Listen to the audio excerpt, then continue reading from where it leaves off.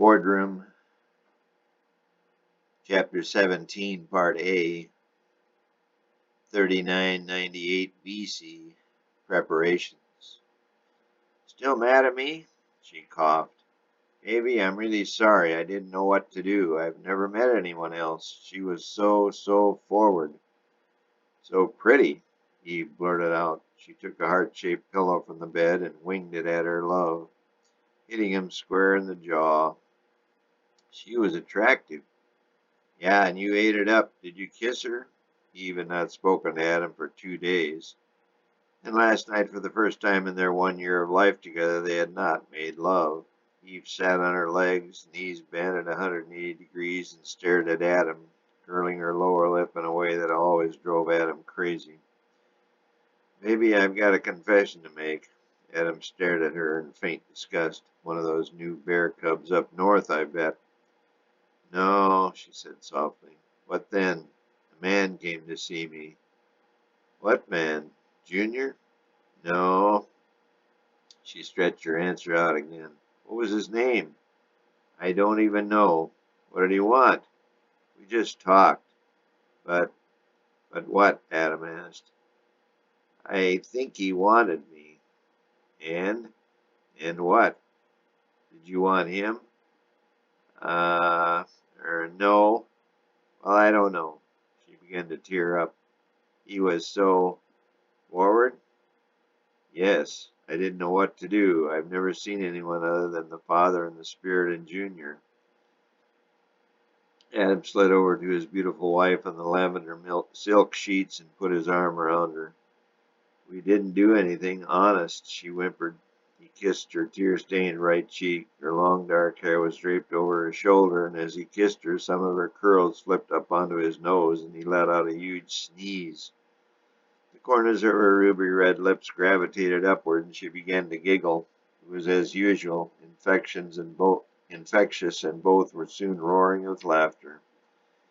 Even her high-pitched giggle and Adam and his deep, vibratory laugh soon became entwined in their inevitable embrace, which led to reconsecrating their love all over again.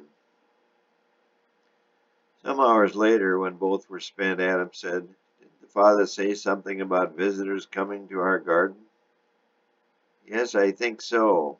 You know, baby, I think maybe these two were sent by him or allowed to come into the garden to test us, to test our love. Baby, do you think we passed? I think so, he said. He then gave her a long kiss on her now motionless lips.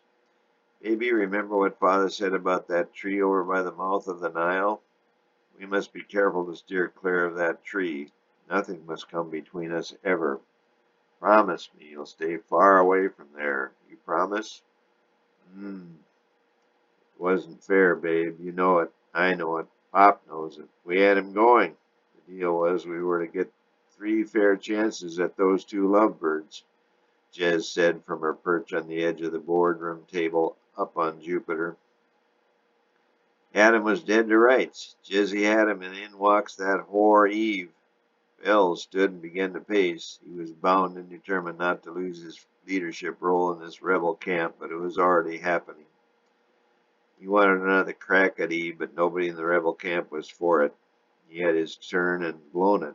He should have forced her right away. She would have broken down and responded to his Nordic morph. After a few minutes of struggling with Belle's godlike form, she would have given in and been putty in his hands and body.